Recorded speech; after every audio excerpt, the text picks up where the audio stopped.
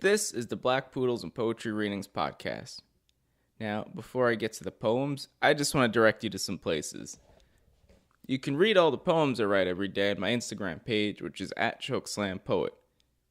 You can also download my free ebook, Free Poetry for Starving Luchadors, on Nook. It's going to be on Kindle. It's on iBooks. It's on Amazon. It's on the Barnes & Noble website. There's about like 400 poems in there. You can also subscribe to this podcast. I think that'd be great if you do it. Subscribe on YouTube. You can subscribe on iTunes. You could subscribe on Stitcher. Anything you guys can do to help keep this going, I would love it, and I would appreciate anything. You can listen, subscribe, or you could do everything.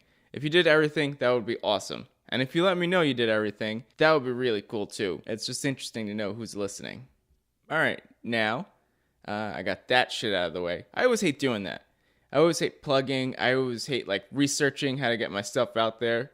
If there was a way for me to just sit and write and record and then someone else did the rest, that would be the greatest thing in the world. All I wanted to do is just sit on my lazy ass, write, and then have the rest of the day be filled with video games, maybe working out, maybe reading. Anything I can do to live a life of not working would be the optimal life.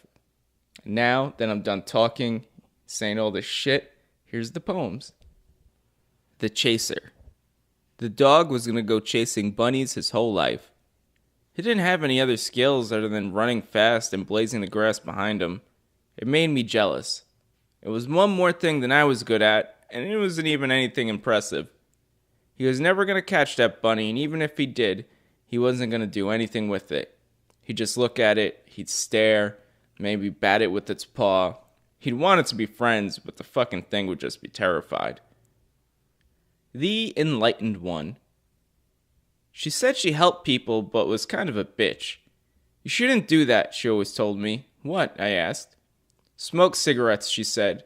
Don't you know what they do to your body and teeth? Don't you know what you do? I asked her now. What? She sounded surprised.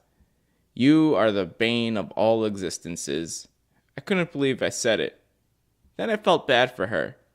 Not because I said what I said. It was because no matter how nice you could be for somebody like this, they were always going to find new ways to be a pain in your ass. Their affliction is driving everyone away. Tesla. Nikola Tesla invented everything. These phones, this Wi-Fi, this general electricity is all because of him. Nikola Tesla also mutilated his sexual organs, and people thought this was the downside of Tesla's life, that he was some tortured genius.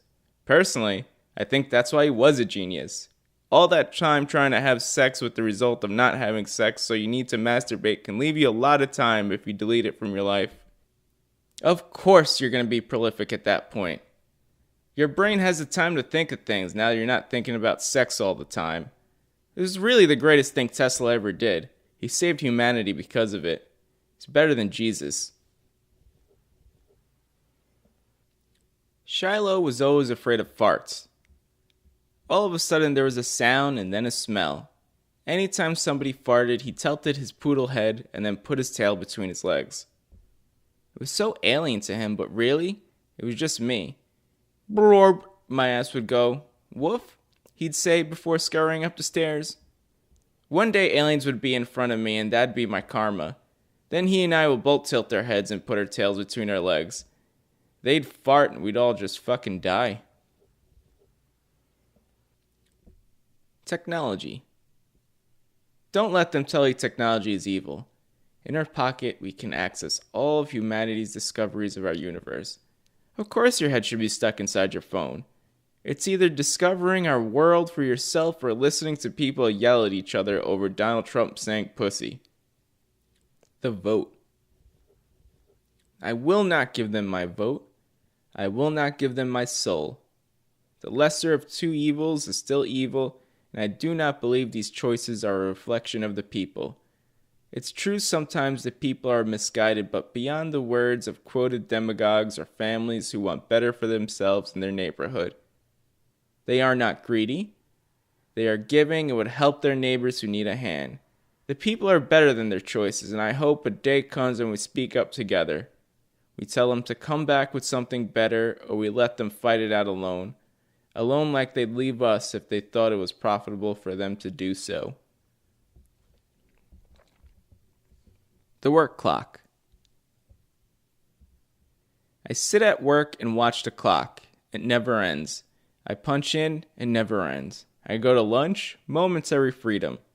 It never ends. Finally, I leave. Freedom, I think. Then I look at the schedule. Back again tomorrow. It never ends. Forever till the day I die, paycheck to paycheck. Even the poodles think I'm a dog. It never ends. Oh, here's another work one. I don't have a fucking name for it, but just listen. If you got this far, you're already listening anyway.